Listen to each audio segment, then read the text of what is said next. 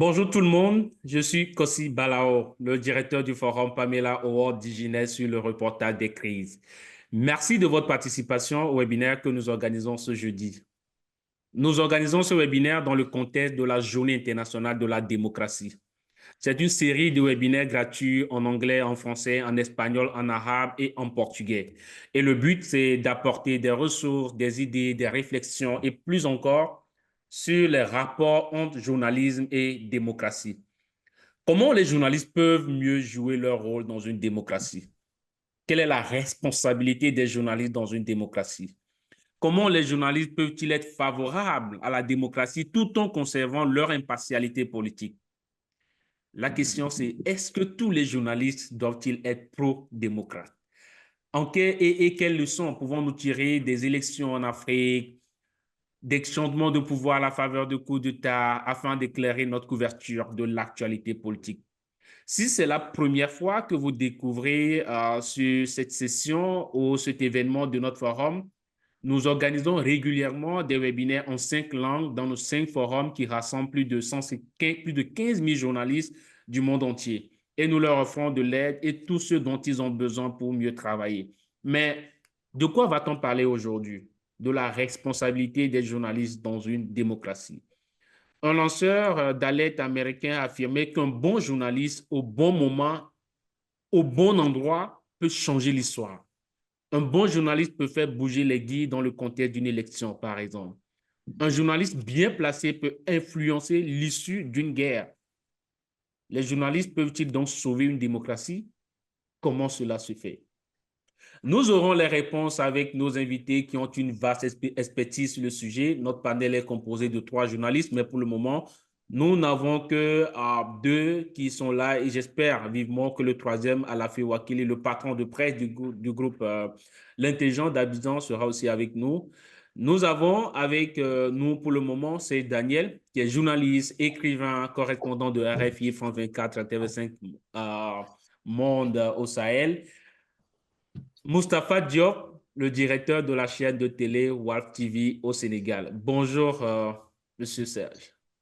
Bonjour, cher Elom. Comment vous allez? Oui, ça va. Merci d'avoir accepté cette invitation pour participer au webinaire. Merci, c'est à moi de vous remercier. Monsieur Diop, Bonjour. j'ai envie de demander d'abord comment va le Sénégal, mais comment vous allez vous-même? Mais je vais très bien. Le Sénégal, ça va, on s'accroche. Et je voulais dire également bonjour à cher Daniel, que nous suivons fréquemment et avec beaucoup de fierté sur l'actualité africaine et internationale en général. J'espère que nous allons passer un très bon moment d'échange puisque ce sera une conversation sur les rapports entre notre métier, le journalisme et la démocratie. Comment les journalistes peuvent-ils travailler dans une démocratie? Comment peuvent-ils s'assurer de mieux acquitter leur mission? Si vous avez des questions, chers participants et chères participantes, vous pouvez les poser dans la boîte de chat. Si vous nous suivez directement via Zoom, la boîte de chat, elle est en bas de votre écran. Mais pour ceux et celles d'entre vous qui nous suivent directement dans le groupe privé du forum, puisque ce webinaire est diffusé également en direct dans notre groupe privé qui rassemble plus de 3500 journalistes francophones du monde entier, vous pouvez soumettre vos questions dans les commentaires sous la vidéo en direct. La première question, je l'adresse à M. Serge. La question de savoir pourquoi est-il inconcevable d'imaginer une société démocratique sans une presse? Ce n'est pas possible. Ce n'est pas possible parce que le journalisme, d'abord, je tiens à le dire, ce n'est pas un pouvoir. Parce que quand on parle de démocratie, on parle de pouvoir. Pour moi, généralement, il y a une école qui dit que le journalisme, c'est le quatrième pouvoir. Moi, je dis non. Le journalisme est un contre-pouvoir. Et justement, c'est parce que nous sommes un contre-pouvoir qu'on ne peut pas imaginer une démocratie sans presse. Parce que si vous dites le pouvoir judiciaire, le pouvoir législatif, vous avez l'Assemblée, le pouvoir exécutif, et puis on va donner des droits à la presse en disant c'est le quatrième pouvoir. Non, de mon point de vue, c'est un contre-pouvoir parce que c'est quelqu'un, vous savez, le fameux Albert Londres, qui disait notre rôle n'est pas de faire plaisir, mais de mettre la plume dans la plaie. C'est de dire les choses, de mon point de vue, de donner la parole à tout le monde, de pouvoir dire avec tous les gens, vous avez les éditorialistes, vous avez le reportage, vous avez l'investigation. Moi, par exemple, je fais partie d'un groupe de journalistes qui sont membres de l'association de Robert Zongo, du journalisme d'investigation, du nom de ce journaliste du Burkina qui a été torturé, qui est mort dans les conditions pénibles qu'on sait. Donc, on ne peut pas imaginer une société, une démocratie sans presse, parce qu'une démocratie sans presse, c'est une dictature forcément. Parce que vous voyez, la pluralité de l'information, un journaliste formé qui est chargé de vérifier les informations et de les diffuser dans une société, et d'être un contre-pouvoir pour dire à ceux qui sont au pouvoir, attention, vous n'êtes pas libre de faire tout ce que vous voulez. Monsieur Diop, vous venez d'entendre celle qui a parlé qui a défini le journalisme, non pas comme un pouvoir, mais un contre-pouvoir. Et la question pour vous, c'est comment les journalistes peuvent-ils exercer ce contre-pouvoir-là, cette mission qui est la leur? Je suis heureux d'entendre Serge Daniel lever un peu ce malentendu, hein, qui consiste à dire que la presse est un quatrième pouvoir. Moi, je suis convaincu que nous ne sommes pas au pouvoir et le président fondateur du groupe Al-Fadiri que je dirige actuellement, Cyril Lamenias, allait même plus loin parce qu'il disait que nous ne sommes pas contre le pouvoir, nous sommes un contre-pouvoir. Et je pense que cette nuance-là est à préciser, à expliquer. Maintenant, ce contre-pouvoir-là, et qui doit l'exercer, ce sont les acteurs des médias. On ne peut pas concevoir une démocratie sans une presse forte, solide et indépendante qui fait son travail dans les conditions les meilleures. Ce n'est pas pour rien d'ailleurs que nous sommes sur le continent africain. À chaque fois qu'il y a des crises liées à la démocratie, quand le processus démocratique est interrompu, mais les premières victimes, c'est pratiquement les acteurs de la presse.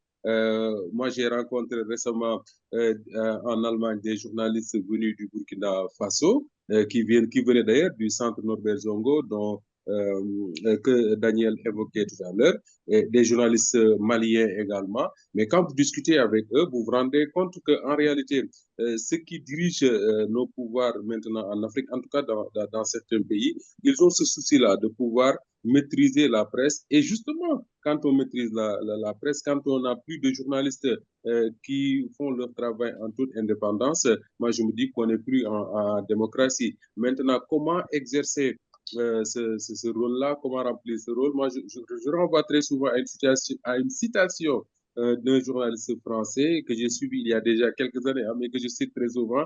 Il disait que ce qu'on demande aux journalistes dans une démocratie, ce n'est pas de dire aux populations ou au peuple, voilà ce qu'il faut faire ou bien ce qu'il ne faut pas faire, mais on leur demande juste de mettre la lumière et puis les populations ou le peuple choisit son chemin. Je pense que c'est une bonne lecture de la situation. Ce qu'on nous demande, nous, journalistes dans une démocratie, c'est justement de mettre la lumière sur ce qui ne va pas, de mettre la lumière sur le fonctionnement de la démocratie. Et puis, quand les populations ont la bonne information, mais elles choisissent facilement leur voie. Bienvenue, monsieur Alafé Wakili.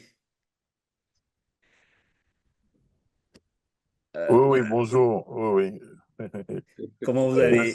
Ça va, je vous entendais, mais bon, je n'arrivais pas à accéder, mais j'entendais. Mais J'ai il faut vu la préciser même. qu'il a 10 minutes de retard. Voilà. Je ne suis pas en retard, j'étais connecté. Je reste toujours sur la même dynamique, sur toujours le même sujet, le sujet du journalisme comme quatrième pouvoir ou comme contre-pouvoir. Et pour vous, est-ce que vous n'avez pas l'impression qu'aujourd'hui, les journalistes même ont perdu un peu ou que les gens ont perdu un peu ce pouvoir qui est là, qui est le leur? C'est-à-dire que les journalistes ne sont plus regardés comme étant un contre-pouvoir dans certains pays, on les assimile à des influenceurs parce qu'ils mélangent un peu l'opinion et le travail à cause de l'éclatement de la scène politique, à cause des réseaux sociaux, à cause de tout ce qu'on connaît aujourd'hui. Est-ce que les journalistes sont toujours perçus dans nos pays africains comme un contre-pouvoir, monsieur Alafé? Oui, toujours quand même, hein, parce que le métier existe, les journalistes existent toujours, ce n'est pas une profession qui a disparu, elle existe toujours.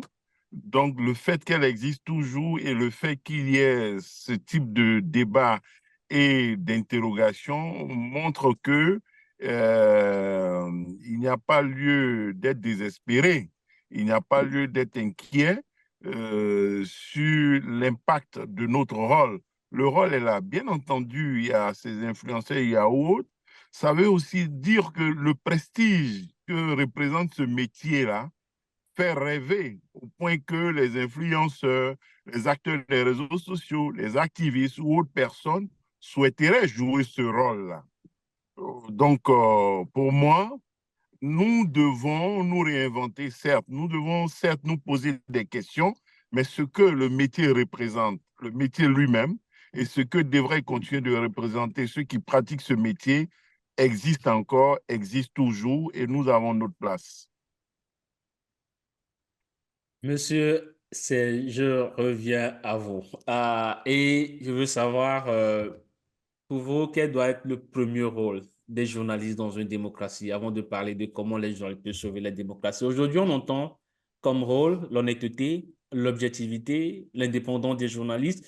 J'étais en space, en espace de discussion, il y a le 4 septembre, et avec des journalistes, nous étions une dizaine. On ne s'est pas vraiment entendu sur la question d'objectivité. C'est vrai que c'est difficile de dire aujourd'hui qu'on est neuf, mais pour certains, l'objectivité même n'est pas une valeur. Et ça a été vraiment, c'est parti dans tous les sens. C'est pourquoi je reviens. Est-ce que le premier rôle, est-ce que c'est l'objectivité? Est-ce que c'est Non. l'indépendance? Est-ce que c'est la vérité? C'est quoi le premier rôle des journalistes dans une Ce démocratie? qu'on demande à un journaliste n'est pas d'être objectif. Non, moi, je ne fais pas partie de cette école-là. Quand vous prenez l'objectif d'un appareil photo, l'objectif d'un appareil photo ne prend que ce que vous lui demandez de prendre. Et si la vérité est derrière, et vous mettez l'objectif comme ça, c'est pas ça le rôle du journaliste. Un journaliste, c'est quelqu'un qui respire. Moi, par exemple, si vous voyez sur ma table, là où je suis, vous avez Albert Camus, vous avez Simone de Beauvoir, j'ai un bouquin sur le KGB. Vous prenez un autre journaliste, il va avoir un bouquin sur Anatole France, il va avoir un bouquin sur Birago Diop, si vous voulez. Nous sommes des hommes comme tous les autres. Moi, je vais par exemple tomber amoureux d'une femme blonde, mais je sais que bon, mon ami Barbu qui nous écoute d'Abidjan ou de New York, je vais parler d'Aleph, lui, non, c'est pas son style, ça. Nous sommes des hommes avant tout, vous voyez. Et donc, ce qu'on demande à un journaliste, c'est d'être honnête. C'est l'honnêteté qui doit primer sur l'objectivité. L'objectivité n'existe pas. Enfin, ce n'est pas une qualité dans l'école que moi j'ai, d'où je sors. Je répète que je suis diplômé de l'école supérieure de journalisme de Lille, et nous, on aime bien dire que c'est la meilleure école de journalisme de France. On n'a pas besoin de faire une école de journalisme pour être journaliste. C'est la deuxième chose que je voulais dire. L'objectivité n'existe pas. Ce qu'on demande à un journaliste, c'est d'être honnête. Vous êtes allé à tel endroit, vous avez vu 2 morts, vous n'allez pas dire que vous avez vu 10 morts. Vous donnez la parole à telle personne. Ce qui est bien, c'est de donner la parole à une autre personne. Il faut être honnête, c'est important. On n'a pas besoin de faire une école de journaliste pour être journaliste. Ça Mais excelle. est-ce qu'il n'y aurait pas d'objectivité dans la démarche journalistique? Ça, c'est normal. Dans toute démarche, dans la démarche, il faut forcément être objectif. Si vous voulez aller faire un reportage, vous ne pouvez pas dire que je vais, par exemple, de Bamako à Ségou et prendre la route de Cathy parce que ça va être long. Mais je veux dire que ce n'est pas une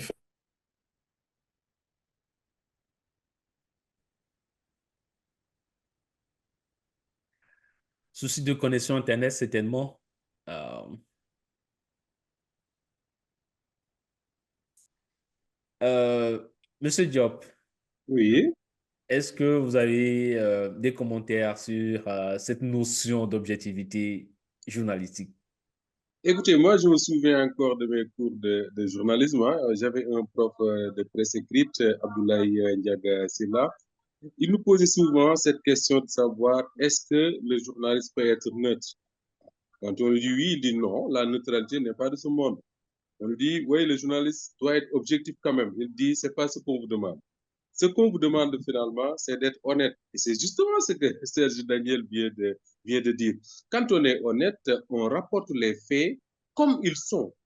Justement, dans la collecte de ces faits-là, dans le rapport que nous avons avec ces faits, avec le traitement de ces faits-là, il y a un minimum d'objectivité qu'on demande.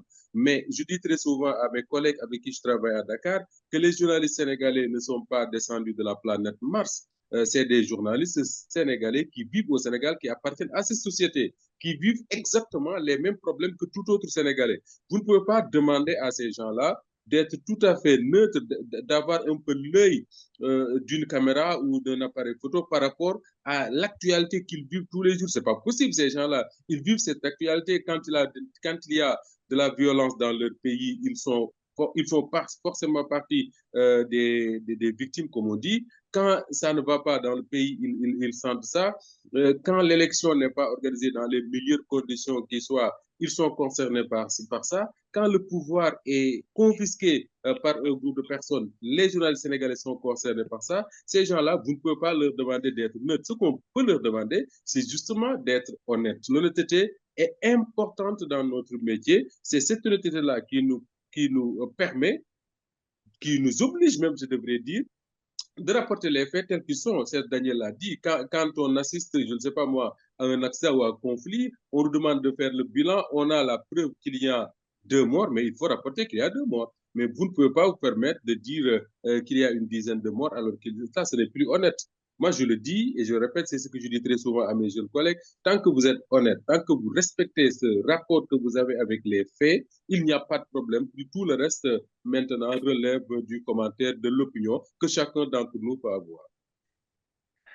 Nous avons perdu c'est Daniel. Je suis en train de lui envoyer un message pour savoir ce qui se passe.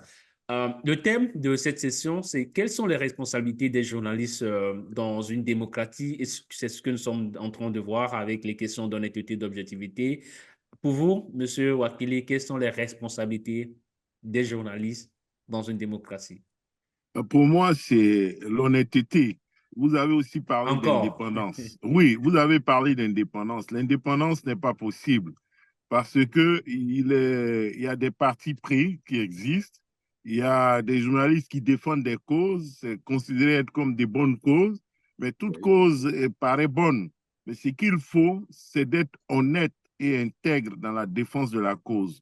Moi, je prends l'habitude de prendre des images. Pour moi, un journaliste, c'est un peu comme peut-être un médecin, un policier, un conducteur ou un pilote. Il y a des règles dans ces métiers-là. Le médecin, quand il y a une pathologie, on fait des examens. Si c'est une maladie X, le médecin ne peut pas inventer une autre maladie parce que les résultats sont là. Après, il y a des interprétations, il y a des débats sur le traitement à administrer. C'est la même chose. On va d'un point à un autre par un avion. En cours de chemin, on peut aller directement ou prendre des raccourcis en fonction des obstacles à évaluer ou autre. De la même manière, il y a d'abord des faits qui sont établis, qui sont valables pour tout le monde. Ensuite, il y a les moyens de les relater, soit à travers une interview, soit à travers une enquête, soit à travers un reportage, soit à travers une analyse. Donc, le journaliste dispose de beaucoup de moyens et dans ces moyens, comme a dit aussi Serge, il a ses opinions, il a ses orientations, il y a une ligne éditoriale à avoir, mais qu'est-ce qui permet de le rendre légitime et crédible dans tout cela? C'est l'honnêteté, l'exactitude des faits et le respect des règles de déontologie qui impliquent que quand on est honnête et que l'on a des hypothèses à émettre, on puisse équilibrer l'information en interrogeant toutes les parties. Et vous verrez qu'au-delà des questions d'objectivité, d'indépendance ou autre, on peut se retrouver sur la notion d'honnêteté. C'est l'honnêteté et l'intégrité individuelle ou personnelle qui permettront aux journalistes de sauver la démocratie et de jouer le rôle qui est le sien dans la sauvegarde de la démocratie. Monsieur Wakili, je ne sais pas si je vous ai bien suivi sur la question d'indépendance. Vous dites qu'elle n'existe pas. Mais bien sûr, elle n'existe pas. Aux États-Unis, il y a des journalistes proches du Parti républicain, il y a des journalistes proches du Parti démocrate. En France, on a des journalistes qui sont insoumis, on a des journalistes qui sont de la droite. Les journaux ne cachent pas leur affiliation éditoriale. Donc, une ligne éditoriale est déjà une ligne éditoriale qui est partisane. Il y a un parti pris. Mediapart est un journal, est un site qui a un parti pris. Le Monde a un parti pris. L'histoire de création des journaux est d'ailleurs connue. Le journalisme ne va pas sans parti pris. Mais qu'est-ce qui sauvegarde la profession, justement? C'est ce que certains pourraient appeler l'objectivité, mais en réalité, c'est l'honnêteté, le respect des règles de l'équilibre. Il faut équilibrer l'information. On peut être un homme porté vers des valeurs de justice, mais ça ne veut pas dire que quelqu'un qui n'est pas dans cette option-là serait à brûler. Il faut accepter de lui donner la parole. Il faut accepter d'interroger quelqu'un d'autre obédience. C'est cela. Parce que l'indépendance, on est indépendant de quoi? Quand on a des valeurs, quand on a des opinions, quand on a des combats qu'on mène, quand on mène le combat contre le racisme, on n'est pas indépendant. Il y a des racistes qui existent. On estime que ce n'est pas une bonne valeur. C'est vrai. Mais ils existent. On est indépendant de quoi? Lorsqu'on fait le choix de la lutte contre le racisme, est-ce qu'on doit brûler ceux qui sont racistes des humains? Est-ce qu'on est indépendant de tout cela? Donc, il y a des causes à défendre, oui, mais il faut aussi tenir compte du fait que ces causes-là ne sont pas défendues par tout le monde. Donc, quand on est partisan d'une cause, même si elle est bonne, on cesse justement d'être indépendant. On est dans un combat, on est dans un parti pris. Ce qui sauvegarde la démocratie et le journalisme, pour le journaliste, c'est de le faire avec honnêteté, avec intégrité, parce que l'objectivité absolue n'est pas possible. Donc, cette indépendance qui est rêvée là, c'est un peu comme l'objectivité. Elle n'existe pas en tant que telle. Je ne sais pas ce que vous pensez, M. Seger, sur la notion d'indépendance, ou si vous êtes du même avis que M. Wakili sur le fait qu'il n'y aurait pas d'indépendance. On définit souvent le journalisme par son indépendance, et tout le monde est d'accord que les journalistes doivent pouvoir travailler en toute indépendance. Mais ce à quoi on assiste aussi, c'est de dire dans un tel pays, c'est un journaliste proche du pouvoir, c'est un journaliste d'opposition, c'est un journaliste centriste, c'est un journaliste insoumis, comme le cas que vient de mentionner Wakili. Mais est-ce que cela ne nuit pas aux journalistes et à la profession, le fait de les catégoriser? Il y a ce que j'appelle le SMIC professionnel. Le SMIC professionnel, c'est un ensemble de règles sur lesquelles on doit s'entendre. C'est-à-dire, les faits sont sacrés. Je répète, par exemple, si vous allez à un reportage et que vous voyez 2 morts, vous ne dites pas, par exemple, qu'il y a 10 morts. Maintenant, l'analyse est différente parce qu'il l'a dit tout à l'heure. Il a parfaitement raison de le dire. Si vous prenez, on a des élections présidentielles aux États-Unis, vous allez voir que la veille des élections, vous avez les journaux qui vont prendre parti dans des éditoriaux pour dire, par exemple, voilà, écoutez, nous estimons qu'il faut voter pour Trump ou il faut voter pour son adversaire. Donc, c'est une prise de position. Ça, c'est l'honnêteté, ce que je dis. C'est pour ça que je dis qu'il n'y a pas d'objectivité. En France, par exemple, si vous êtes de droite, vous allez lire Le Figaro. Mais vous allez lire Le Figaro, mais vous allez lire, mais si vous êtes de gauche, vous pouvez lire Le Monde ou Libération. Mais quel est le point commun entre Libération et, par exemple, comment s'appelle et Le Figaro, par exemple, en France, c'est que sur un fait, le factuel. Si vous avez des élections, par exemple, comme on a connu en France, mais comme il s'appelle, Emmanuel Macron est mauvais perdant. Ça, tout le monde le dit. Si vous voulez, c'est un factuel, c'est-à-dire qu'il a la minorité, mais il n'a pas désigné celui qui a une majorité relative. Sur les faits, c'est imparable. Vous êtes obligé de donner des faits. Et donc, c'est ça le véritable problème. On ne peut pas demander aux journalistes d'être objectifs. Ça n'existe pas. C'est très relatif, l'objectivité. C'est d'être honnête. Mais si vous prenez, par exemple, une autre affaire qui a fait grand bruit à l'époque, c'était l'affaire du Watergate. Vous connaissez cette affaire du Watergate, d'espionnage qui a amené un président de la République, un président des États-Unis, Nixon, à l'époque, à démissionner, à rendre sa démission. Mais ces journalistes-là, c'est parce qu'ils sont indépendants. Ils sont indépendants, ils sont honnêtes. Ce n'est pas parce qu'ils sont objectifs. Ils ont fait ce que j'appelle leur boulot. Même si c'était Fox, par exemple, aujourd'hui, qui subissait ça de la part de quelqu'un de Trump, or vous savez que Trump est plutôt proche de Fox, Mais Fox, à mon avis, allait faire son boulot en disant, nous sommes mis sous écoute. Est-ce que vous voyez? C'est important pour le métier que nous faisons d'être honnête. Moi, je le dis toujours, mais les gens ne croient pas parfois. Bon, ça c'est normal, c'est une question d'idéologie. Il y a des idéologues. Moi, j'ai fait mon travail en toute conscience. Je parlais tout à l'heure, j'ai été coupé. Je disais que le journaliste, c'est celui qui doit être là au moment où il faut en Guinée. Très jeune, ça me fait 35 ans de métier. Je suis allé interviewer l'archevêque de Conakry à l'époque parce qu'il m'a dit dans mon micro, la Guinée n'est pas prête pour aller aux élections. J'ai envoyé ça à un employeur qui n'a pas diffusé. On m'a dit, ah non, si on diffuse ça, les élections n'auront pas lieu. Donc, oui, le journaliste, c'est lui qui doit être là où il faut, au moment où il faut et ne pas être en guerre avec sa conscience à partir de ce moment-là. Donc c'est un débat qui est ouvert, mais pourquoi dit-on dans un pays, par exemple, tel journal est plus crédible que tel journal? Vous savez pourquoi? Parce que l'information donnée par tel journal est toujours vérifiée. C'est-à-dire que le journal peut soutenir, par exemple, le pouvoir, mais dans un éditorial. Mais si le journal dit, il y a un détournement de fonds à telle banque, parce qu'un journaliste, je l'ai dit généralement, un journaliste, c'est son carnet d'adresse, comme un banquier, c'est son carnet de chèques. Donc, la crédibilité du journalisme, de notre métier, est que sur le factuel, il ne faut pas se tromper. Sur les faits, le commentaire est totalement libre, mais sur les faits, vous ne pouvez pas, vous n'avez pas intérêt à vous tromper. Je me rappelle aussi récemment, après la tenue du premier débat entre Biden et Trump, le comité de rédaction du New York Times a sorti un éditorial dans lequel il demande à Joe Biden de se retirer. Ça, c'est l'opinion du journal qu'ils ont affiché clairement, demandant à un président de se retirer carrément. Et ils l'ont fait, Et ça a le l'éditorial. mérite de la clarté. Prenez la guerre du Golfe. Qu'est-ce que les journalistes français ou européens disent? Ils disent les troupes alliées. Parce que vous vous rendez compte, c'est les troupes alliées, c'est-à-dire qu'ils considèrent la France est alliée à des troupes face à d'autres.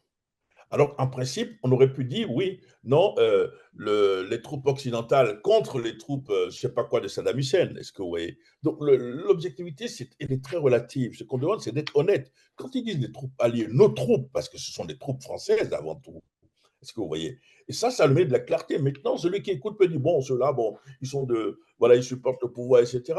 Mais ce sont les faits qui sont sacrés. Et donc, notre problème à nous autres sur le continent, puisque c'est une journée de la démocratie, ce sont les faits qu'on tronque. Ce sont les faits qu'on tronque. On peut parler tout à l'heure, si vous voulez, des pays du Sahel. Je connais un peu le Sahel pour qu'on parle un peu de la presse, de la démocratie et de la presse dans cet environnement-là, mais vous allez avoir des surprises. Il y a ce qu'on appelle aujourd'hui des vidéomans, c'est-à-dire ce sont des gens qui n'ont suivi aucune formation, qui ont un micro, qui ont la gratuité comment ça s'appelle, de Facebook, qui arrivent mais qui disent des choses extraordinaires. Certains ont dit, dans un pays du Sahel que je ne vais pas citer par tempérament et par éducation, certains ont dit que la mer va venir, que les autorités vont amener la mer dans la capitale, par exemple. Je ne sais pas si vous voyez, est-ce qu'un journaliste peut dire ça? Est-ce qu'un journaliste peut faire ça? C'est pour ça que je suis persuadé que le métier, j'en aurais terminé, le métier que nous faisons a de l'avenir. Tôt ou tard, nous allons écraser les réseaux sociaux. Les réseaux sociaux, c'est quelque chose d'important, d'inévitable. Mais ça va devenir un moment, vous voyez ce qui se passe de plus en plus aujourd'hui. Quand c'est ça, on dit à vérifier. À vérifier. Non, le journaliste ne le dit pas à vérifier. Le journaliste lui donne l'information, il donne les faits, et quand il n'est pas sûr, il peut mettre ça au conditionnel. Est-ce que vous voyez? Mais même quand vous mettez une information au conditionnel, c'est qu'il y a un début de vérité. Ce n'est pas parce que vous avez complètement, c'est pas parce que l'information n'est pas vérifiée, mais vous prenez une précaution, une dernière précaution pour mettre ça au conditionnel. Ça, c'est mon point de vue. Nous permettons déjà aux participants de poser leurs questions et nous avons déjà reçu quelques-unes. Et la question de Boris que je pose à M. Diop, je lis rapidement la question. Peut-on, en tant que journaliste, faire preuve d'honnêteté dans un contexte où il est difficile d'accéder à l'information? Et il continue en demandant, le problème d'accessibilité à l'information ne relève-t-il pas d'une entrave, surtout en démocratie? La question, c'est est-ce qu'on peut faire preuve d'honnêteté dans un contexte où il est difficile d'accéder à l'information? C'est malheureusement une réalité en Afrique où nous exerçons notre métier. Très souvent, vous avez beaucoup de difficultés à accéder à l'information, mais je pense que ça n'absout pas ce devoir que nous avons quand même d'être honnête dans le traitement des faits. Moi, je dis très souvent que l'essentiel pour le journaliste que je suis, c'est de faire preuve d'honnêteté et d'engagement dans la recherche de la bonne information. Et ce n'est pas parce que je n'ai pas pu accéder à la bonne information que j'ai échoué.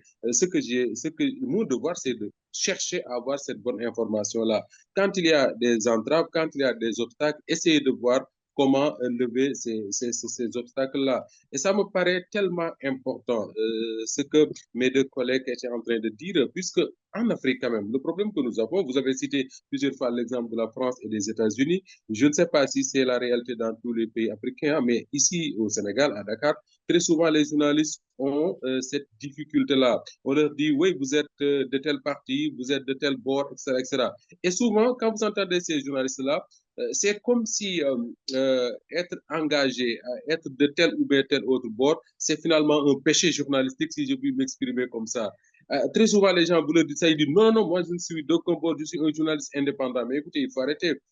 Quand on s'engage dans des causes, cette indépendance-là, elle est forcément à relativiser. Je quitte un peu le domaine de la politique. Regardez ce qui se passe dans le football, par exemple. Regardez un journaliste togolais en train de commenter un match de football de l'équipe nationale du Togo. Regardez un journaliste sénégalais commentant un match de football de l'équipe nationale du Sénégal. Regardez un journaliste français commentant un match de football de l'équipe nationale de France. Souvent, quand vous les entendez, vous avez l'impression d'écouter un supporter de l'équipe nationale plutôt qu'un journaliste qui rapporte des faits. Parfois même, ils appellent les footballeurs par leur prénom, par leur surnom, etc., etc. Vous entendez souvent des journalistes vous dire à un attaquant, allez-y, petit, mettez-nous ce but, etc., etc. Et quand vous écoutez cela, vous vous dites, mais attends, finalement, nous ne sommes que des hommes. Que des hommes, nous avons des sentiments, nous avons cette capacité ou bien cette faiblesse d'aimer ou de ne pas aimer. Et l'essentiel, encore une fois, c'est de pouvoir être dans les faits. Quand on est dans les faits, pour moi, il y a absolument aucun problème. Ce qui s'est passé au Sénégal, par exemple, les événements, les violences politiques qui ont débuté en mars 2021. Moi, le groupe que je dirige, j'ai toujours dit aux collègues avec qui je travaille que je ne me mettrai jamais à vous dire dites ceci ou bien ne dites pas cela. Vous avez des opinions par rapport à des événements. Vous pouvez exprimer ces opinions-là en toute liberté. Le problème ne se trouve pas à ce niveau, de mon point de vue. Ce qui est important pour moi, c'est qu'on soit toujours et partout dans les faits. Soyons objectifs avec les faits. Soyons honnêtes plutôt avec les faits. Et quand on a suivi cette affaire-là, avec cette honnêteté-là que nous nous sommes imposés par rapport au traitement des faits, finalement, l'affaire que j'évoquais, communément appelée l'affaire Sud-Côté, a été jugée au tribunal de Dakar. Et ce qui a été dit, c'est que l'actuel Premier ministre, qui dirige le gouvernement du Sénégal, le juge a dit, je ne peux pas le condamner pour viol ni pour menace de mort. Pourquoi? Parce qu'il n'avait pas de faits, parce qu'il n'avait pas de preuves qui pouvaient asseoir ces accusations-là. Et moi, après, je dis, nous sommes soulagés, nous sommes satisfaits, nous, journalistes du groupe Al-Fadil, parce que depuis le début de cette affaire, nous nous sommes dit une chose très simple. Tant qu'il n'y a pas de fait, il n'y a pas de raison d'accuser qui que ce soit. Je pense que même quand on traite des événements liés au conflit en Afrique et tout, l'essentiel pour moi, c'est d'être honnête. Vous vous rappelez la guerre du Golfe? Je crois que c'est la première guerre du Golfe. Je crois que les Américains avaient appelé ça bouclier du désert, ensuite tempête du désert. C'était sous l'ère Bush-Père, je pense. Il y a des journalistes américains qui avaient été embarqués avec les journalistes, avec les soldats américains. Et d'ailleurs, ça a suscité un grand débat aux États-Unis. Est-ce qu'ils ont traité cette actualité-là avec objectivité? Moi, je dis très souvent, l'essentiel, c'est d'être honnête, de dire justement ce qu'ils ont vu sur le terrain. Quand on rapporte ce qu'on dit, ce qu'on a vu sur le terrain, il n'y a absolument aucun problème. Maintenant, quand on est dans un débat comme nous sommes en train de le faire, ou bien sur une chaîne de télévision, mes opinions ne sont pas forcément celles de Serge Daniel, je suis désolé.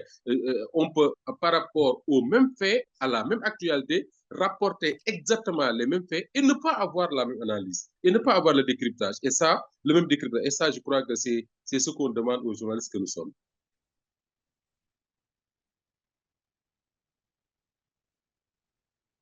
Votre micro est coupé, micro. Allô? Oui, Oui. Monsieur Wakili. Oui.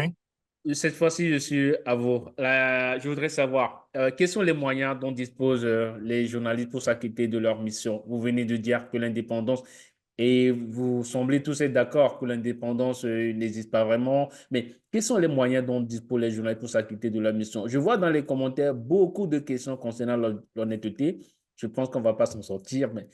euh, Ben, voyez-vous, dans la vie de tous les jours, et même dans les religions, il est recommandé à tout être humain d'être honnête. L'honnêteté est une vertu, c'est une qualité. Il est recommandé à tout le monde d'être honnête. C'est peut-être dans les services de renseignement, chez les politiciens, qu'on peut encourager la malhonnêteté. Mais si ça fait gagner, on arrive souvent à dire la fin ne justifie pas les moyens. ouais. Il faut être honnête. Voyez-vous, dans la vie de tous les jours, il faut être honnête. Mais pourquoi on doit douter que le journaliste fasse de l'honnêteté une vertu? Tout le monde doit être honnête. Même le voleur, il doit être honnête dans son vol. Oui, il Comment doit être dire en honnête dans toute son vol? honnêteté, oui, en toute honnêteté, j'ai volé. Je ne mens pas, oui, en toute honnêteté, je veux voler, je veux faire ceci. Donc, l'honnêteté est une vertu pour tout humain. Et ça l'est davantage encore pour le journaliste. Il ne faut pas qu'on s'amuse avec. Et notre société même, la démocratie elle-même, on n'a même pas parlé de la démocratie. On Ouais. a considéré que c'est une évidence, la démocratie. Mais c'est quoi même la démocratie? Pour arriver à la démocratie, il faut de l'intégrité, il faut de l'honnêteté des citoyens. Il ne faut pas des citoyens menteurs. Il faut des citoyens qui aient une vie honnête, qui ne va pas voter, qui ne va pas aller à un meeting matin, dire à un candidat, je suis avec toi, le soir aller chez un autre. Mais c'est ça, l'honnêteté est une vertu dans la démocratie même, l'intégrité. Peut-être pas forcément l'objectivité, on fait des choix.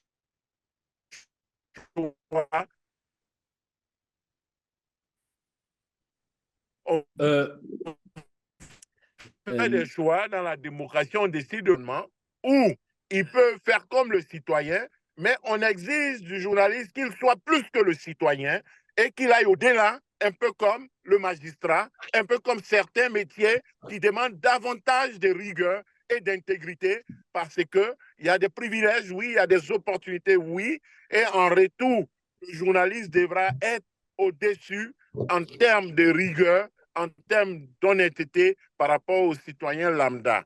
Donc voilà ce que je peux ajouter en disant, nous devons interroger la démocratie elle-même d'abord. Et lorsque nous avons posé les bonnes questions sur la démocratie et sur les exigences pour tout citoyen face à la démocratie, on comprendra mieux le rôle du journaliste. Parce que le citoyen lui-même, il doit accéder à l'information. Il faut que les pouvoirs publics, dans une démocratie, le citoyen accède à l'information. Il ne doit pas y avoir d'obstacle. Alors, quand on a compris cela, on devra tous se battre pour que le journaliste ait davantage accès à l'information pour ensuite la porter aux citoyens. Et il doit présenter une information précise en présentant d'abord les faits et ensuite il les alimente, il les agrémente, il les accompagne avec ses commentaires et son analyse. c'est intéressant, Monsieur Wakili, que vous fassiez cas de la démocratie et que, que vous faites remarquer que nous n'avons pas vraiment parlé de la démocratie. En préparant ce webinaire, j'avais hésité entre tous les journalistes doivent-ils être pro-démocrates ou est-ce qu'il faut parler de la responsabilité des journalistes? Mais sur la question de la démocratie, Monsieur Sege, est-ce qu'il faut parler de la démocratie au singulier ou au pluriel? Est-ce qu'il existe une démocratie ou des démocraties? C'est quoi, quand on dit les journalistes doivent bien travailler, doivent être un contre-pouvoir dans une démocratie, c'est quoi la démocratie, puisqu'on en parle déjà? Moi, je parlerai de démocratie désormais au pluriel, mais quand on parle de démocratie au pluriel ou au singulier, il y a ce que j'appelle un SMIC professionnel, un SMIC politique, un SMIC démocratique. C'est-à-dire, le SMIC, c'est on doit permettre à chaque citoyen de s'exprimer, qu'il soit pour ou contre. Le citoyen qui s'exprime ne doit pas se retrouver en prison.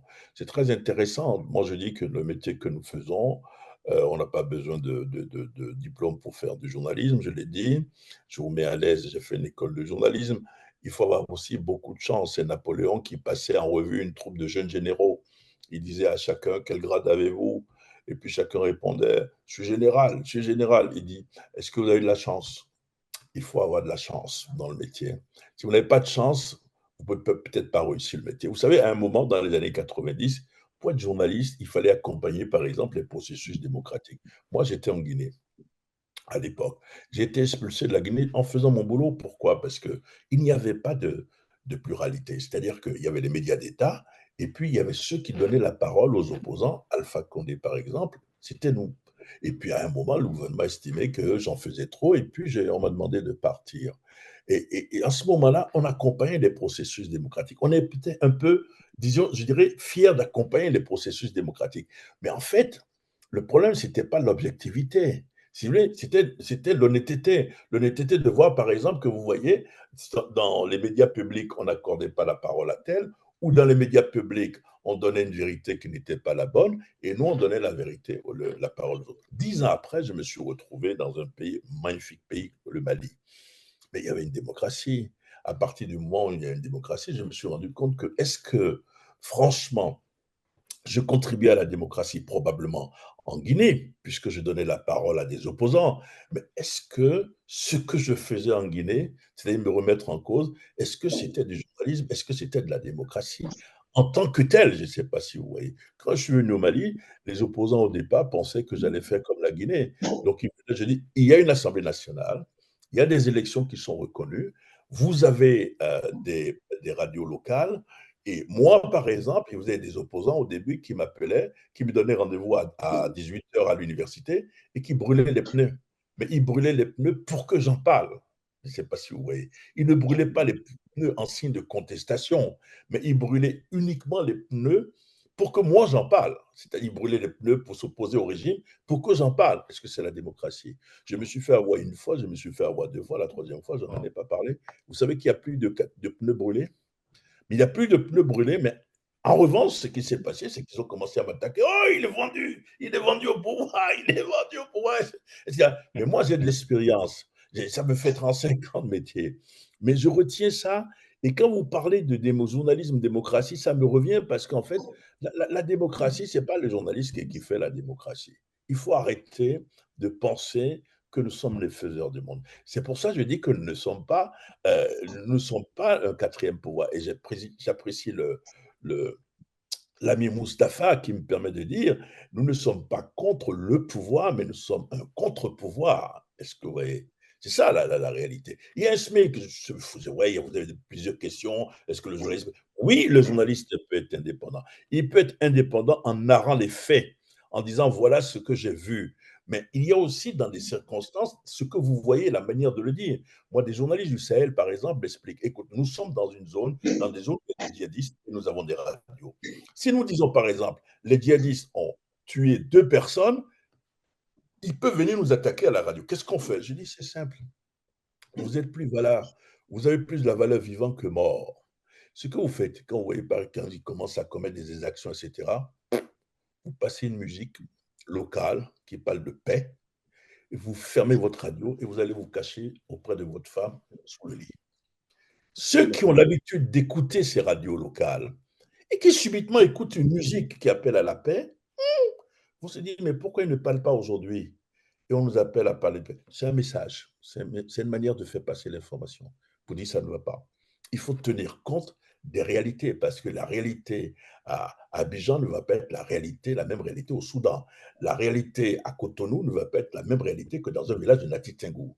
Ça c'est le terrain qui commande. Est-ce que vous voyez? C'est ce que j'avais envie de dire. Pardon, j'ai monopolisé un peu la Ouais, parole. mais vous allez garder la parole encore un tout petit peu parce que cette question, je l'adresse à tous les 3 panélistes et je commence par vous. Tous les participants posent presque la question de savoir comment maintenir l'intégrité et l'objectivité journalistique ou professionnelle dans le contexte actuel de précarisation dans les médias. Un autre C'est très pose la même vrai. question, que comment être un journaliste indépendant, intègre, honnête dans un pays où les journalistes n'ont pas de contrat de travail, cas de la RDC. Une troisième participant qui demande, est-ce qu'aujourd'hui en Afrique, on peut parler d'honnêteté dans l'exercice de ce métier pendant que le journaliste n'est pas pris en charge par son organe? Vous voyez que la plupart des participants posent presque la même question sur les conditions de travail des journalistes qui ne sont pas au top. Je vous laisse répondre. C'est parce que La même j'avais été question pour les deux. bavard. C'est parce que j'avais été bavard, sinon je voulais aborder le sujet.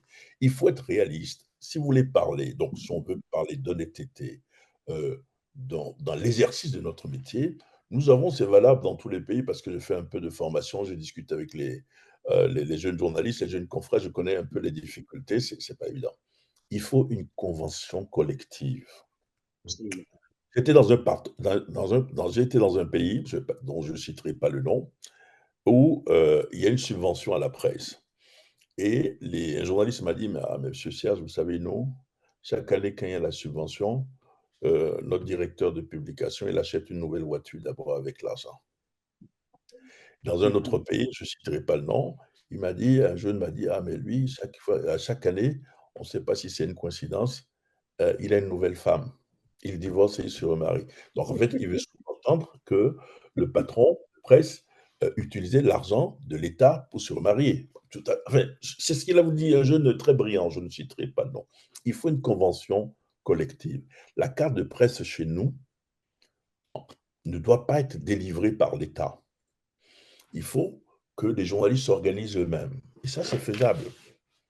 Journalistes, presse d'État, presse de ceci. On décide, voilà, il faut passer par les parlementaires pour ça, pour faire voter les lois, puisque c'est le Parlement qui fait voter les lois. Et vous avez une carte de presse professionnelle, n'est pas journaliste, c'est ce qu'il veut. Une carte de presse professionnelle, comme ça se fait en France, comme ça se fait dans d'autres pays, il faut remplir des conditions. Vous avez donc l'employeur et l'employé. Il y a un SMIC, j'aime bien cette expression, un SMIC politique, un SMIC professionnel, un SMIC syndical, ou le journaliste, c'est-à-dire que si vous êtes journaliste, vous devez gagner au moins 100 000 ou je ne sais pas. Il faut trouver un modus. L'aide à la presse d'État, c'est un autre problème. Est-ce qu'il faut verser directement au directeur de publication l'aide directe à la presse? Est-ce que sur le plan des impôts, ça existe en France? Il y a un abattement fiscal pour les journalistes. C'est ça qu'il faut d'abord réorganiser le métier. Si n'est pas journaliste qui veut, si on crée ces conditions-là, il y aura, vous allez voir, plus d'honnêteté, plus de sûreté. Parlons par exemple de ce qu'on appelle il y a différents noms. On appelle ça gombo en Côte d'Ivoire, perdiem. Il y a plein de noms. Je suis allé dans un pays et un journaliste m'a dit, ah, mais nous sommes des Bayamoulengues. Je dis, Bayamoulengues, ça veut dire quoi? Non, quand nous allons aux conférences de presse, les Bayamoulengues sont ceux qui attendent le communiqué final où on vous donne 10 000, etc.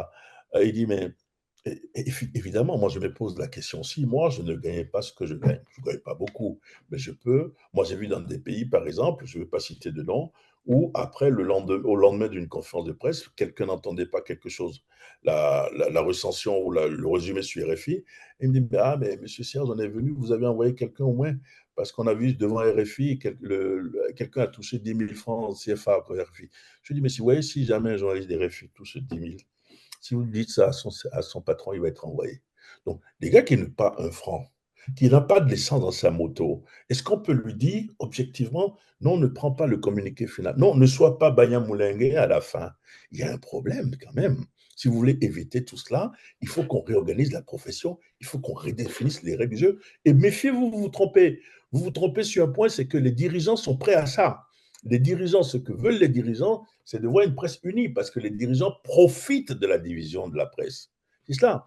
Il faut, si vous ne fabriquez pas vous-même l'information, et j'en aurais terminé, aujourd'hui, vous ne pouvez pas faire de l'information sans une agence de presse.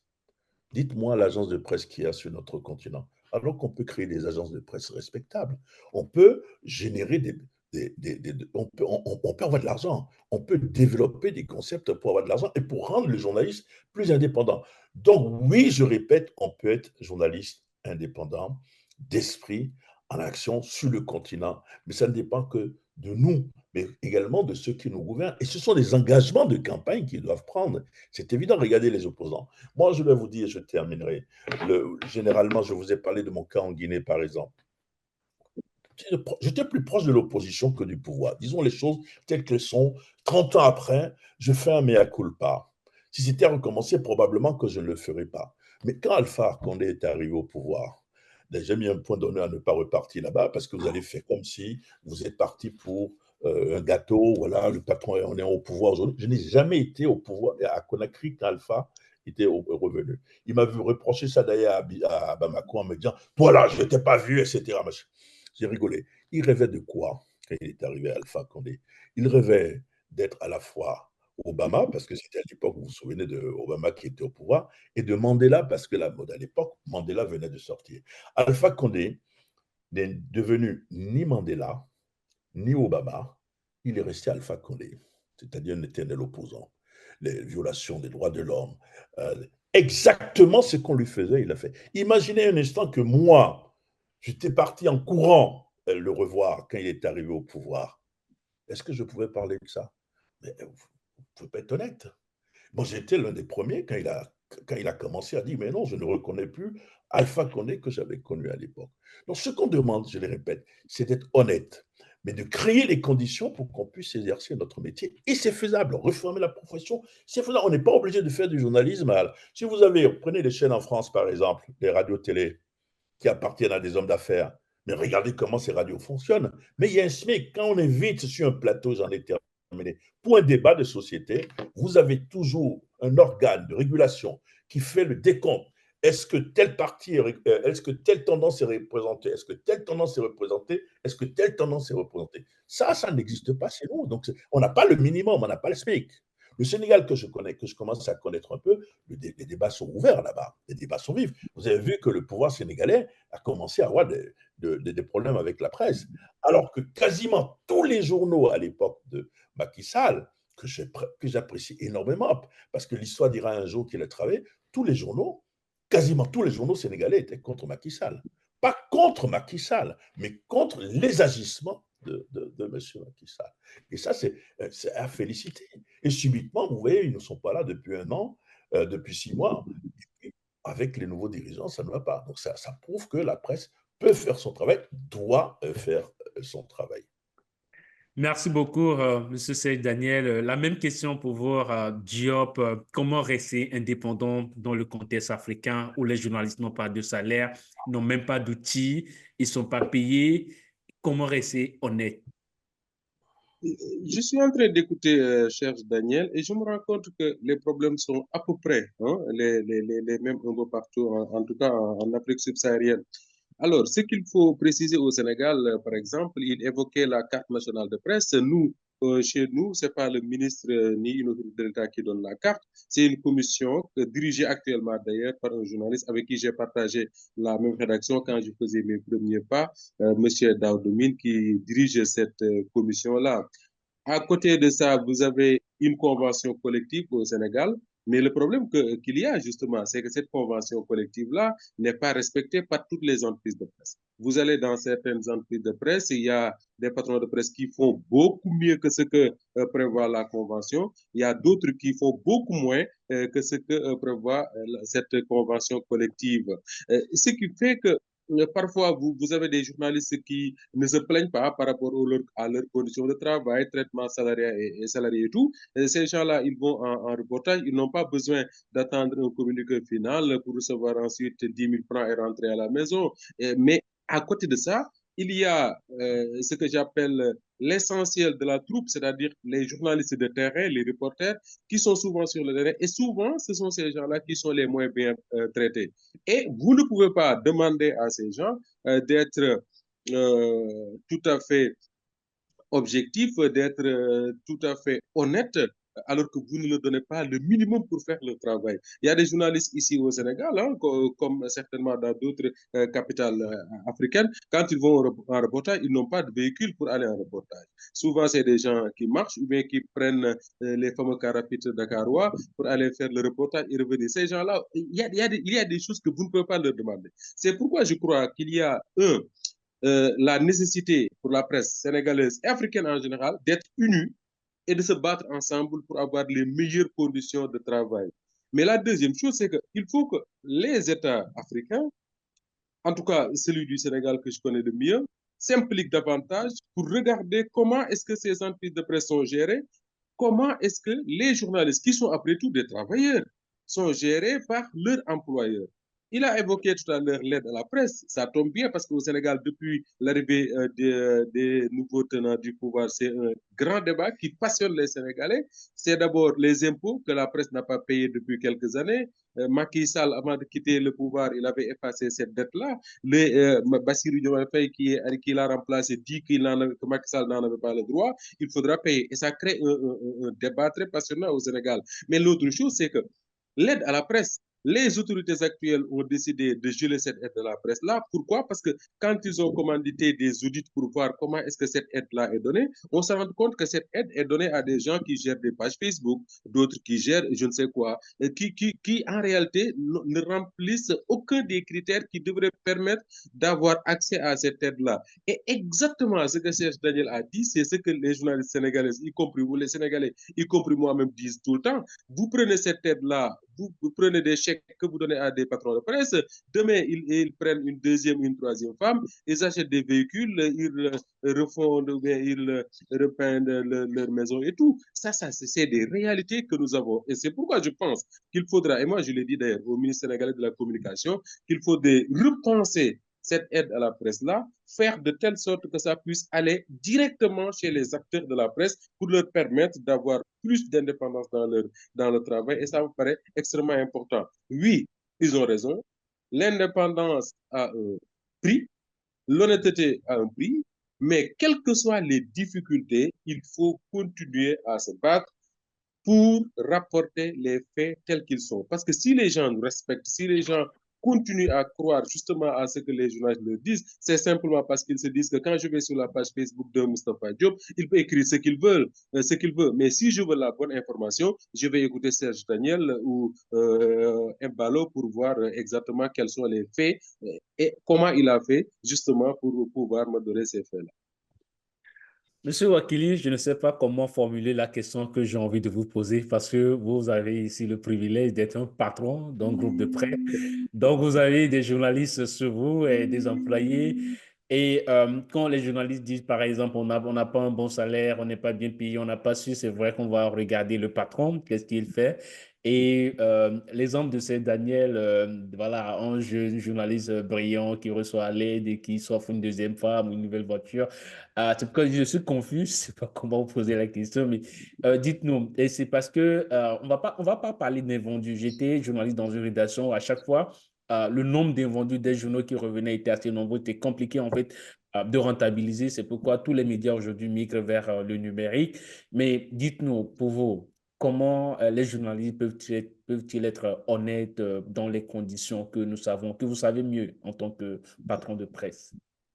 Voilà, merci. D'abord, je voudrais dire que les problèmes qui se posent à la presse africaine peuvent être des problèmes spécifiques, mais le débat que nous faisons est un débat lié à toutes les presses, à tous les journalistes dans le monde. On a, dans nos explications, parlé de la France, des États-Unis, d'autres pays, etc. Donc, vous voyez bien que même lorsque des journalistes ont des salaires corrects aux États-Unis et en France, la question de l'indépendance se pose, la question de l'objectivité se pose, la question de l'honnêteté se pose, la question de l'intégrité se pose, la question du lien et des relations entre les politiques, les affinités entre les hommes d'affaires, les connexions entre les partis politiques ou autres, les interactions, ça se pose aussi, même dans les pays où les journalistes sont supposés gagner beaucoup d'argent.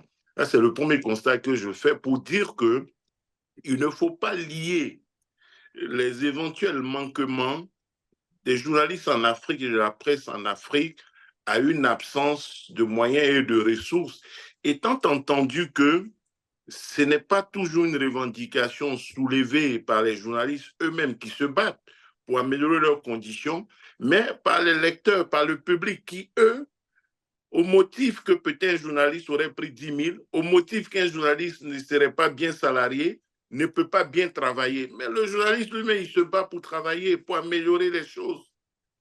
Et donc, ce n'est pas, c'est vrai, les journalistes, nous sommes d'accord pour voir notre sort améliorer, mais il ne faudrait pas que les lecteurs, le public, prennent prétexte de cela pour nous disqualifier, pour disqualifier les journalistes. Ça, c'est un. De deux, je voudrais noter que il faut, oui, il y a certains patrons de presse qui peuvent exagérer, mais pour moi, il faut reconnaître les efforts qui sont faits par les promoteurs de presse en Afrique, parce que ce n'est pas facile, au point que souvent, les gens peuvent leur dire, mais vous faites quoi? Si ça ne marche pas, arrêtez. Mais voyez-vous, en Afrique, comment des journaux ont été créés? Souvent sans moyens. C'est pour ça, justement, les journalistes indépendants, on en parle. Mon frère et ami Serge Daniel parlait de la Guinée, de l'opposition, des choses qui n'existaient pas. Des gens se sont levés, ils ont décidé de créer un journal pour lutter, pour la lutte en Côte d'Ivoire. Des gens ont créé des journaux sans grands moyens et les gens venaient écrire sans même chercher de salaire parce qu'ils avaient une passion, parce qu'ils voulaient mener une lutte, parce qu'il y avait un combat à faire. Et ils ont fait ces combats-là pour bâtir des médias qui sont devenus après des références. C'était une bataille politique. Ils servaient des causes et avec le temps, ils se sont construits. Si tous ceux qui ont créé des journaux en Afrique, au Cameroun, au Sénégal, en Côte d'Ivoire, au Togo, en Guinée, au Mali, avaient attendu d'avoir beaucoup d'argent et de bien payer leurs journalistes pour démarrer, je pense que la presse et la démocratie, la presse n'aurait pas contribué à faire avancer la démocratie. Donc, il faut reconnaître les efforts qui ont été faits par des amoureux de la liberté de la presse, par des promoteurs des médias qui se sont battus, qui se sont sacrifiés et qui continuent de le faire pour permettre à la presse de jouer son rôle et sa partition dans le processus. Pour revenir à mon cas personnel, j'ai 30 ans de journalisme et j'ai commencé au plus bas de l'échelle. D'abord stagiaire non salarié, ensuite stagiaire dans une entreprise à l'époque avec un responsable comme Yao Noël qui, il y a près de 30 ans, mon premier salaire m'avait permis, je crois déjà à l'époque, d'avoir, comme on peut dire, l'équivalent de 300 € il y a 30 ans. Mais c'est avec ça que j'ai démarré, qu'on s'est construit. Mais on n'a pas été toujours dans l'intégrité. On a avancé, on a évolué et aujourd'hui, comme vous dites, on a essayé de bâtir quelque chose avec 20 ans de l'intelligence d'Abidjan dans des difficultés et nous avons connu des difficultés, nous avons été tentés de fermer, nous avons eu des retards de salaire, nous avons eu l'impossibilité de payer, mais aujourd'hui, les difficultés continuent, mais nous essayons de tenir nos engagements, de respecter nos engagements, de donner le minimum aux journalistes en respectant la convention qui est la nôtre, tout en faisant remarquer que pendant que des patrons de presse souhaitent de réduire les barèmes de la convention, les journalistes estiment que ce n'est pas assez, il faut augmenter. Donc, il y a ce débat qui se fait chez nous. Et je voudrais terminer pour dire, c'est vrai, les journalistes ont leurs problèmes, mais voyez-vous, on l'a dit un jour, dans tous les métiers, même si vous donnez 1 milliard de salaire par mois à des travailleurs, à un travailleur, ses besoins pourraient augmenter et quel que soit le salaire qu'il reçoit, il sera toujours tenté de gagner davantage, d'avoir davantage d'argent. De sorte que même le SMIC dont parle Serge Daniel n'est jamais suffisant en matière d'argent pour les journalistes et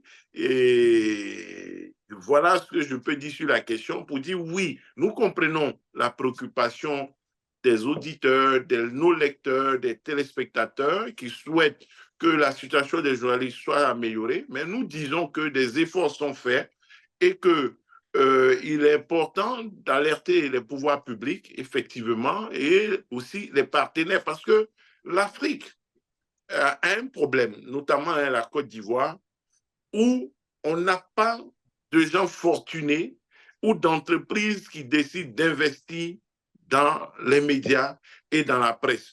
Voyez-vous, ça se passe en France de plus en plus et les gens s'en plaignent en disant les milliardaires prennent le contrôle des médias. Mais pourtant, c'est ce dont on a besoin en Afrique. Si on avait eu ça en Afrique, je pense qu'on n'en rougirait pas.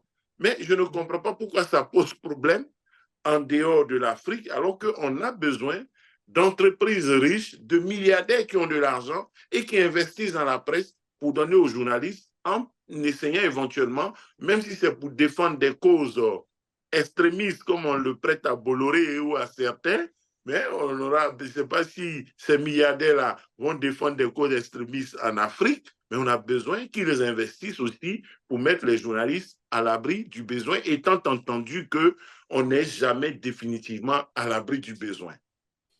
Puisqu'on parle d'honnêteté dans le mail d'invitation que je vous ai envoyé, je n'ai pas dit que nous excéderons 1 heure, donc il faut que je sois aussi honnête avec le timing. On va s'arrêter bientôt dans 5 minutes puisqu'il y a énormément de questions, mais les 3 dernières questions qui sont là, je vous les lis à chacun de prendre celle qui l'intéresse ou la question avec laquelle ils se sont le plus à l'aise. La première question, c'est comment les journalistes peuvent sauver une démocratie en crise? La seconde question, elle nous vient d'Haïti, Monsieur Serge Gabi Saget qui nous dit: je dirige une plateforme et je veux une plateforme de médias en ligne en Haïti et je veux savoir quelle est la différence entre l'indépendance et la liberté. Et la troisième question, elle nous vient de Kaupa. Ce journaliste, pour moi, je peux témoigner que durant le temps que nous avons eu à collaborer, il s'est bien battu. Bon, là, c'est un témoignage qui rend, un témoignage en faveur de M. Wakili. Bon, voilà les 2 dernières questions. Comment les journalistes peuvent sauver une démocratie en crise? Et ensuite, la question de Serge qui veut savoir quelle est la différence entre la liberté et l'indépendance. Alors, si je peux me permettre de sauver une démocratie en crise, il faut quand même ne pas penser qu'on n'a pas un rôle de... Une démocratie en crise, c'est quoi? Généralement, par exemple, une démocratie en crise, c'est qu'il y a l'armée, par exemple. Ouais. Lorsque vous avez 2 coups de fusil, vous entendez popo, je suis en train de voir la fée sourire, mais tout le monde se cache d'abord. Hein. C'est-à-dire que il n'y a pas de journalistes. Hein. Quand on commence à tirer, on ne rigole pas. Ouais, parce qu'on est plus jeune. Moi, je me souviens, jeune, je prenais mon sac de reporter de la Guinée, j'allais en Sierra Leone, au Libéria, je voyais des cadavres, etc. Mais à partir du moment où vous commencez à avoir des enfants, etc., on peut contribuer à ça. Parce que ce soit un militaire au pouvoir, que ce soit un civil au pouvoir, il a toujours besoin de la presse. Et vous allez le voir, vous savez ce qui se passe quand, par exemple, les dictatures s'installent ou les partis uniques s'installent. Lui, on dit c'était la voie de la révolution. C'était la voie de la révolution. Lui, on dira, lui, c'était le griot des militaires, etc., etc. On peut contribuer à faire ramener la démocratie sur les règles de 1000 manières. Il ne faut pas prendre, c'est pas la peine de prendre des risques inutiles. Je vais te donner l'exemple d'un pays du Sahel, dans un village où il y a une radio, et les djihadistes arrivent, ils tirent sur tout le monde. Qu'est-ce que vous faites? Mais je dis, mais fermez votre radio, vous mettez la musique, vous allez vous reposer, et après vous allez revenir, parce qu'on va forcément avoir besoin. Ça dépend aussi, je disais tout à l'heure, qu'un journaliste, c'est son carnet d'adresses, comme un homme d'affaires, c'est son carnet de chèques. Un journaliste qui se présente à quelqu'un, qui a des rapports avec quelqu'un, même le président de la République, même les chefs de junte. Moi, je connaissais par exemple au Mali, en 2012, le chef de la junte, Aya Sanogo, il s'appelait, son meilleur conseiller, c'était un journaliste malien. C'est-à-dire, quand il voulait faire quelque chose, une décision qu'il prenait, par exemple, il appelait le journaliste. Il dit, bon, toi, c'est pas parce que tu es mon conseiller privé, on me dit de couper, et ça, je vais vous dire ça aujourd'hui, c'était quelqu'un demandait à Sanogo de couper RFI et de couper les médias étrangers. Et le journaliste qui l'a consulté lui dit, non, non, il ne faut pas faire ça, puisque si tu fais ça, ton nom va se gâter. Est-ce que vous voyez? Donc ça aussi, ça dépend. C'est que c'est à travers ce que vous dites, si vous êtes journaliste à la radio, si vous êtes journaliste à la presse écrite, mais ça aussi, votre influence. Vous avez passé un mot en disant au président ou en disant à un responsable que ça, ce n'est pas bon, ça, ce n'est pas bon, ça peut contribuer. Oui, nous pouvons contribuer de différentes manières à une démocratie en crise. Maintenant, quelle est la différence entre l'indépendance et la liberté?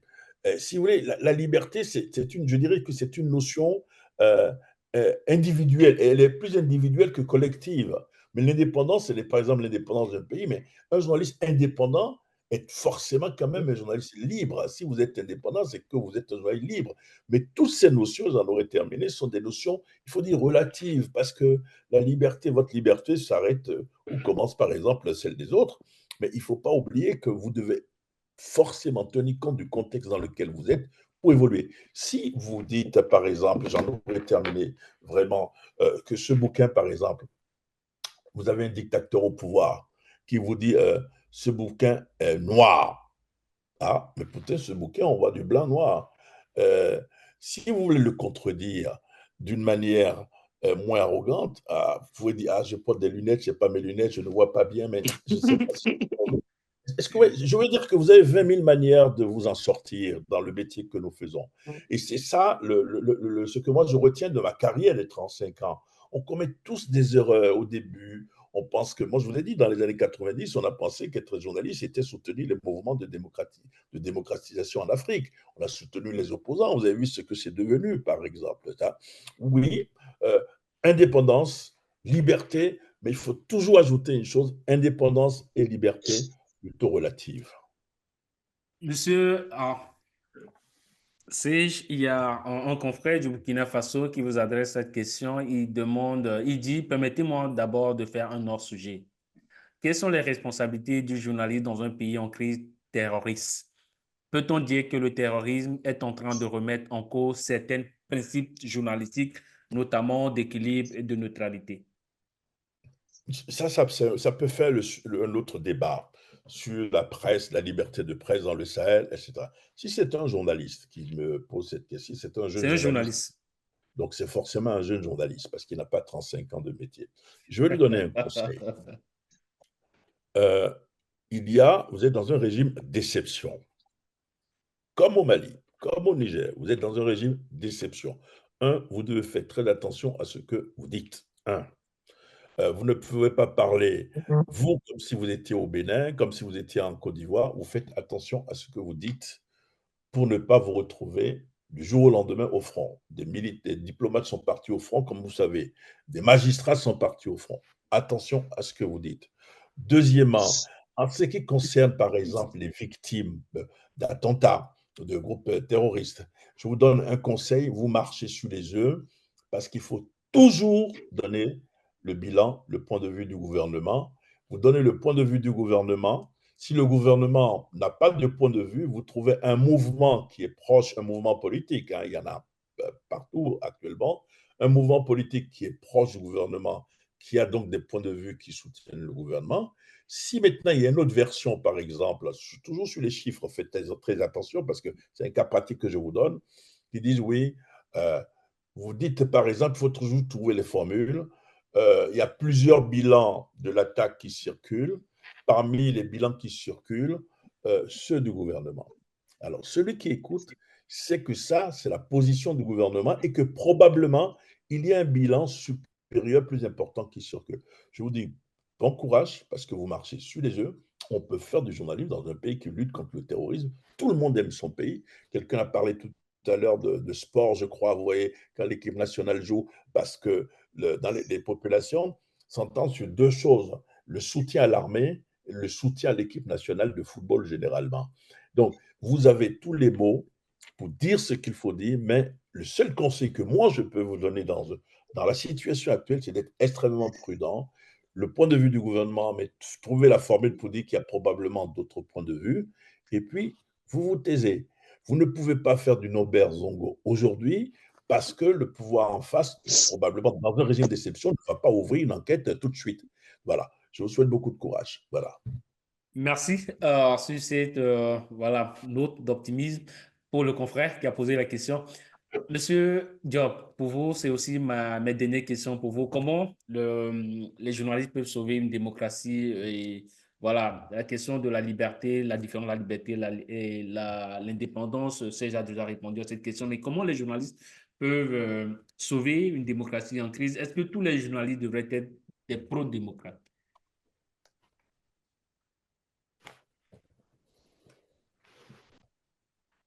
Monsieur D'abord, un Diop, journaliste. Oui, vous m'entendez? oui, nous vous entendons Voilà. parfaitement. Voilà. Donc, je disais que de mon point de vue, un bon journaliste, comme disait l'autre, c'est déjà un journaliste en vie.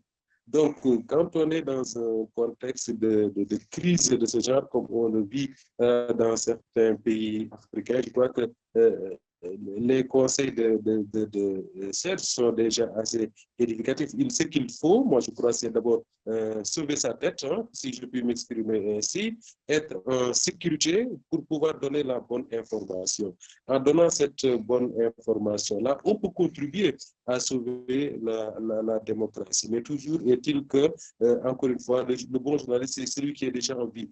Quand je prends l'exemple du Sénégal, on n'a pas connu les crises que nous vivons dans certains pays africains, mais je donne l'exemple de la présidentielle de 2000, celle de 2012, même également celle de 2024. Surtout, la presse a joué quand même un rôle assez important en contribuant justement dans la lutte pour la transparence du scrutin, en donnant les résultats de la présidentielle pratiquement en direct sur certaines chaînes de radio et de télévision. Ça, c'est une contribution à sauver cette démocratie-là, au moins pour la transparence des élections et le respect du choix exprimé par les populations. En dehors de ça, je pense que, comme je l'ai dit tout à l'heure, souhaiter bon courage à tous nos amis journalistes qui exercent dans des pays où ce n'est plus facile de faire son métier en toute liberté, mais il faudrait encore une fois penser d'abord à son intégrité au lieu de faire autre chose.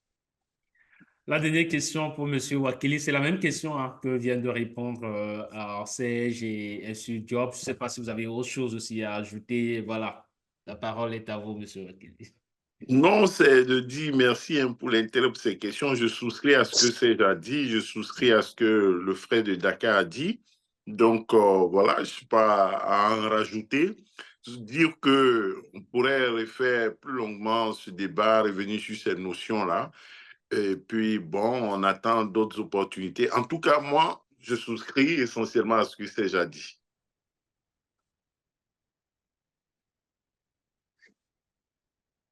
Merci. Pour si vous suivez ce webinaire et que vous n'êtes pas encore membre du forum de reportage sur les crises sanitaires mondiales ou du forum Pamela Award du GINES, le reportage des crises qui existe en 5 langues, je viens d'envoyer le lien dans la boîte de chat. N'hésitez pas à rejoindre ce forum pour continuer les discussions sur ce métier. Merci, Monsieur Seyd Daniel. Merci, Moustapha Diop. Merci à la Wakili pour ces échanges très intéressants, très superbes que nous avons eus. C'était d'une haute qualité. Tous les participants ont pris plaisir. J'ai vu dans les commentaires quelqu'un parler de discussions très enrichissantes et c'est vrai, ça l'est. Les journalistes peuvent sauver une démocratie et ça, c'est mon opinion, c'est mon point de vue, en agissant comme peut-être le dernier rempart contre la mauvaise gouvernance, la corruption, les mesures toxiques, la montée même de l'autoritarisme, dans les sociétés où, par exemple, l'injustice se légitimise et le droit des peuples est bafoué, les médias peuvent devenir, comme on l'a dit, en contre-pouvoir, des sentinelles, des soldats même, qui s'assurent que les dirigeants respectent leur engagement.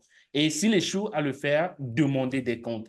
Les journalistes peuvent agir pour le triomphe de la démocratie et en cela, ils sont nécessaires, ils sont essentiels et ils sont tributaires de la bonne évolution de la société. On peut passer toute une journée à débattre de cette question et parce que ces questions sont intéressantes, elles sont importantes parce qu'elles ont trait à notre métier.